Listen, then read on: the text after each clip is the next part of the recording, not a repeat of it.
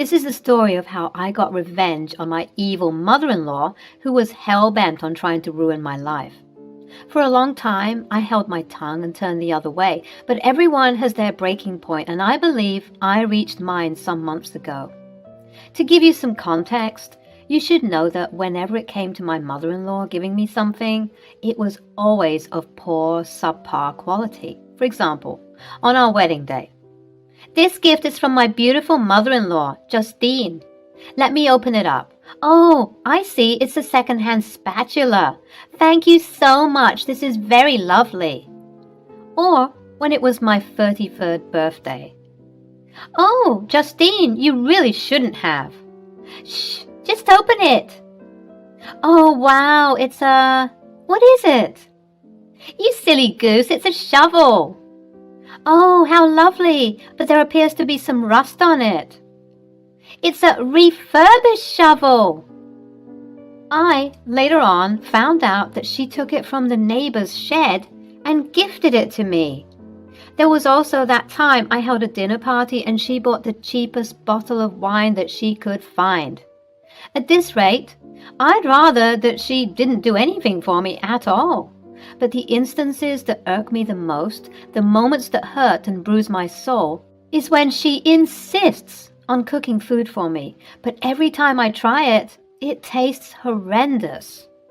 At first, I was very forgiving and sympathetic because some people just can't cook all that well, which is fine. I thought that since it was coming from a genuine place of wanting to cook for someone you love, it didn't matter how it tasted, but the thought behind it. I later on found out that the same dishes prepared by her, but for different people, tasted absolutely spectacular. And after trying and failing to gaslight myself for some time, I came to the conclusion that she simply was sabotaging my food. "Go on, Claire, try my casserole. I made it." "I'm a bit stuffed from all the food you've given me." "Okay then, but at least eat just a bite for me." I reluctantly took a bite, my stomach already bubbling from what was about to come. I ate some of the casseroles, and just as I suspected, it was horrendous. If I didn't know any better, I'd say that she was trying to poison me. You might be wondering what my husband must have thought throughout all of this, and he, of course, didn't believe me. I didn't blame him either. It's hard to accept such an outlandish statement, especially when it comes to your mother. But I would constantly beg and plead with him for him to try the food that she prepared for me, but he would always brush me off, telling me that I'm crazy. There would be other moments in which my husband would be willing to try my food to make sure that what I'm saying is true, but he would always be stopped by Justine. "Hey, that food is for Claire. I made it extra special for her. You know her dietary requirements." Yes, I indeed had certain dietary requirements. I'm a vegetarian, and I married into a family that practically enjoys their beef and pork still mooing and oinking on the plate. Needless to say, they are avid meat lovers, and so whenever there would be large family gatherings, Justine would be subjected to making a modified plate version for me, which I always appreciated, but I couldn't help but feel like zero effort was being put into my dishes. After realizing that Justine was sabotaging my food, I tried to sympathize with her still, and I thought that perhaps she simply resented me for having to make her go the extra mile in preparing a separate dish for me. I can see how that might annoy someone, but it didn't explain her giving me trashy and awful gifts every time she could. Nonetheless, I tried to give her the benefit of the doubt. That is, until it was a few months ago when I invited a coworker of mine to one of the family cookouts. It should be noted that my coworker, like me, is also a vegetarian, so this would have been a good indicator to see whether my mother-in-law was actively being malicious, or she just couldn't cook a decent vegetarian meal to save her life. To my surprise, it turns out that she made 2 special vegetarian dishes, one for my coworker and one for me. Why she couldn't just make one big vegetarian dish for the both of us to share, I didn't know. Well, I did know, eventually. I found out that Justine could cook. I sneakily tasted my coworker's dish without Justine's knowledge, and it was very tasty. It was one of the best vegetarian dishes that I'd ever tasted. Even better than what I normally cook for myself. My dish, on the other hand, tastes completely dreadful. There were several moments when I had to stop myself from gagging at the dinner table because of how putrid it was. Later on that night, when we all went to our respective homes, I approached my husband Liam about it again. "Oh, hush, Claire, you're being dramatic and frankly, a little bit rude." "I swear it on everything, babe. She's sabotaging my food. She doesn't want to prepare good food for me." "Well, even if the food is poor quality, which I highly doubt, what do you expect from her? She's just one woman. If you want, you should try and help her in the kitchen where she's cooking. Maybe she doesn't know how to cook vegetarian food." "See? The thing is, I've offered on many occasions to help her in the kitchen, but then she gets defensive and starts accusing me of hating her food." "Which you do." "And also, when I try and make suggestions, she gets even more offended. There's no winning with this woman." "Maybe you should just bring your container of food to the gatherings then." "And risk being perceived as rude by the whole family? I mean, what sort of guest does that? It's not like I have celiac disease or some other food allergy that requires me to accommodate myself. I'm simply a vegetarian. Everyone can prepare vegetarian food, so if I bring my own, people will think I'm rude. Also, remember my coworker? Lucy? She was lovely." "Yeah, well, guess what? The food was also lovely. You know, her vegetarian food." Liam paused to truly contemplate what was going on. He sat down on the bed and pondered some more. "Well, say something." "Okay, you're my wife and you know that I love you. I want to believe you, but I think that this is all just in your head. I get that my mother can be a bit unique with her gift-giving abilities, but going as far as to sabotage your food, that's really low and dangerous too, right?" "Exactly. This one time, I swear to God, I smelt bleach in my food. I had to excuse myself to the bathroom for the remainder of the dinner party to avoid eating it." "Claire, I think that because you two are not on the best of terms, you see her in a different light than most of us do. My mother is a great chef."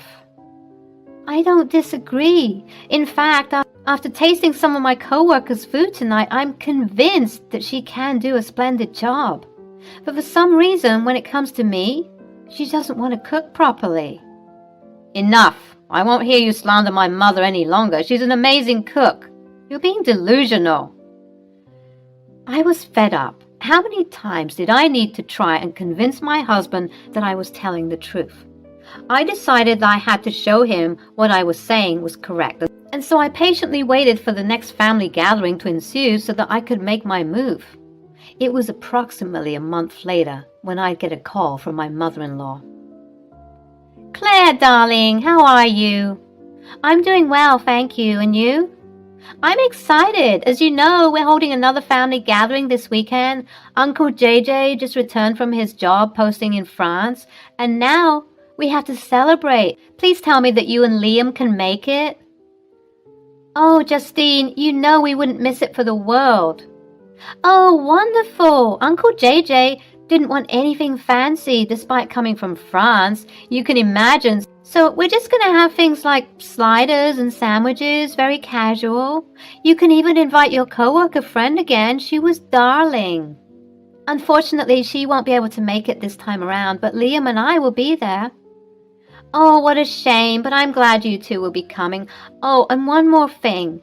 Before I forget, I have decided to buy you some special plates so that it will be easier for me to distinguish between vegetarian and non-vegetarian dishes. They're very beautiful and navy blue. You'll love them."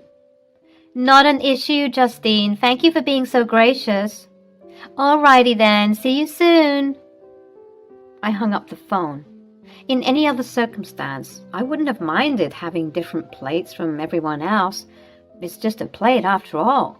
But considering what I knew about her sabotaging me, I knew that having different plates was just another way of her trying to alienate me from everyone else.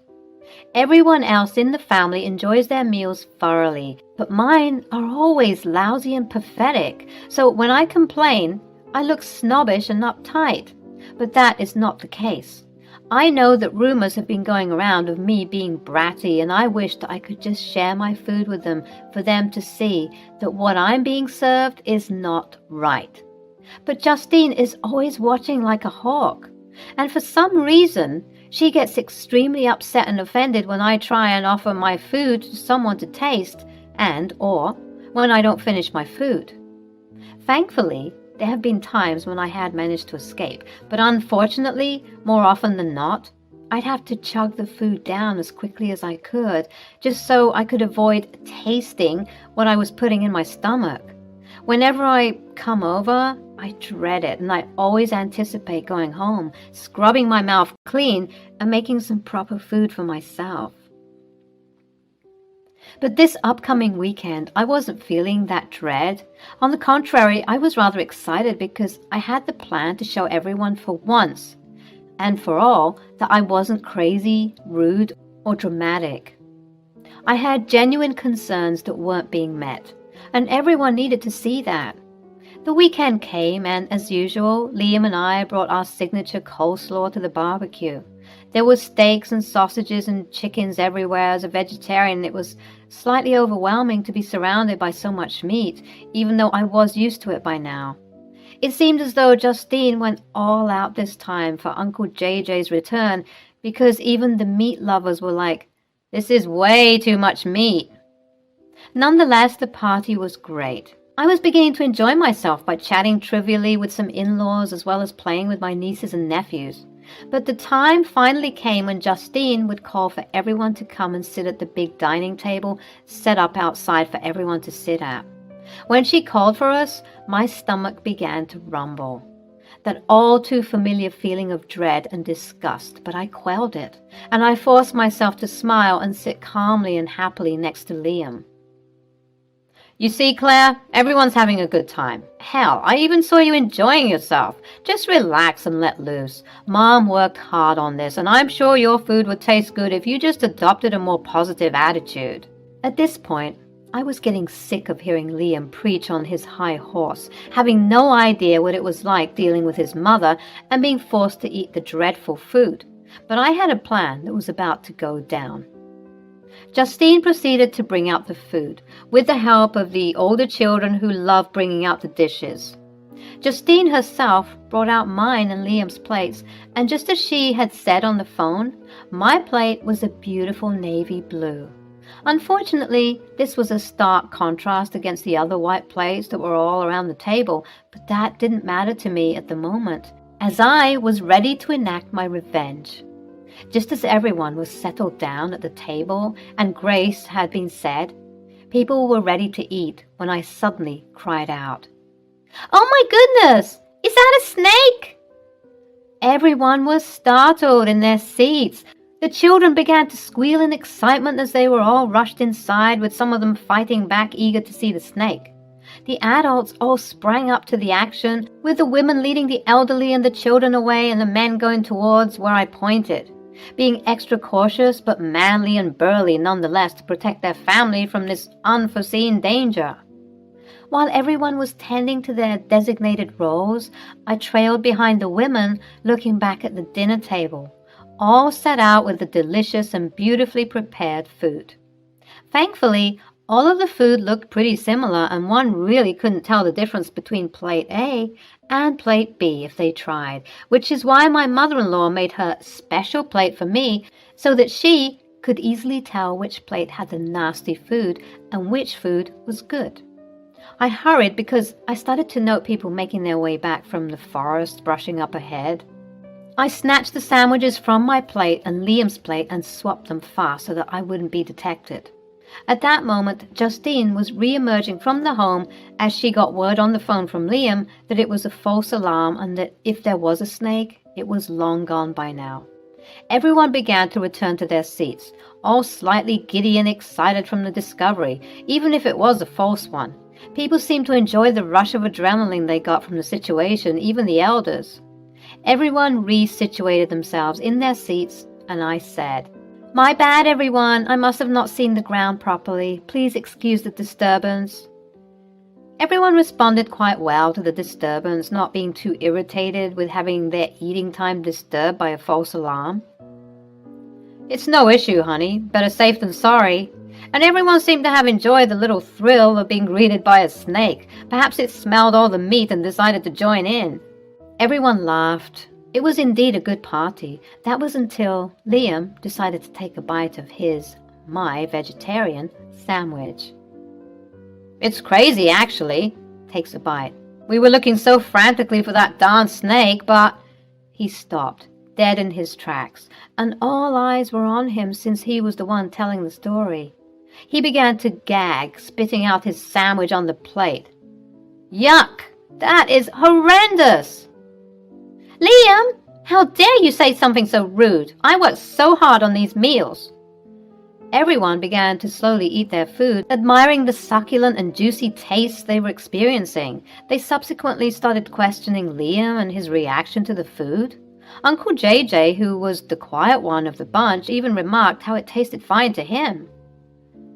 I don't know, you all. My food just tasted weird for a second. Sorry, Mama. I didn't mean to be rude. It's just I've never tasted that before. My bad. Maybe it's a new recipe. Let me try again.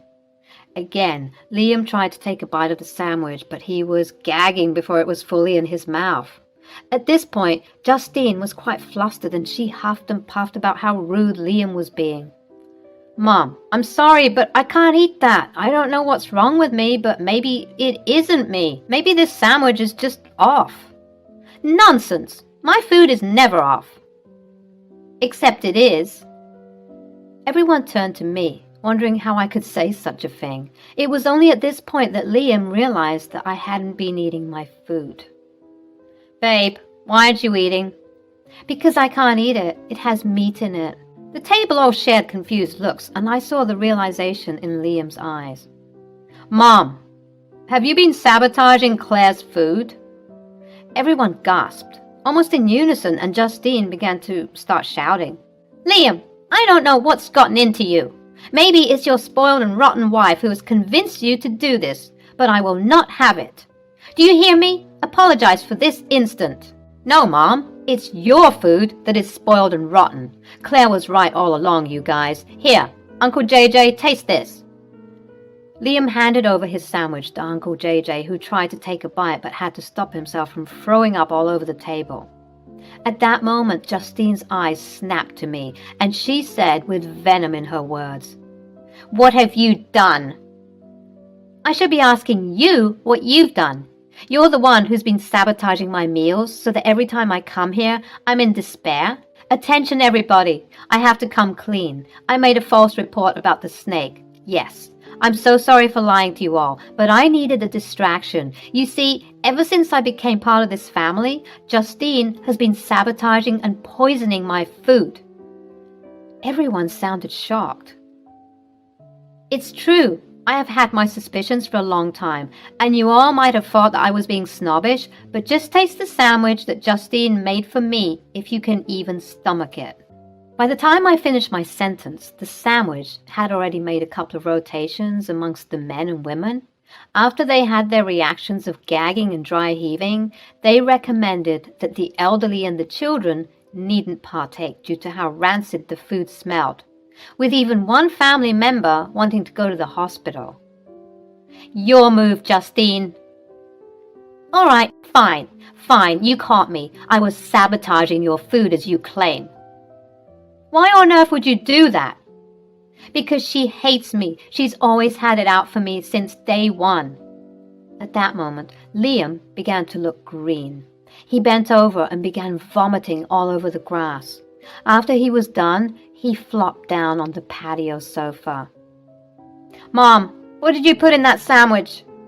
Liam, oh God, are you okay? This sandwich wasn't meant for you. I'm so sorry. I'm so sorry. Everyone, please forgive me. Uncle JJ's homecoming had to be cut short as several family members had to escort Liam to the hospital. It turns out that putting rancid mushrooms with a hint of cat feces does not do well in the human body.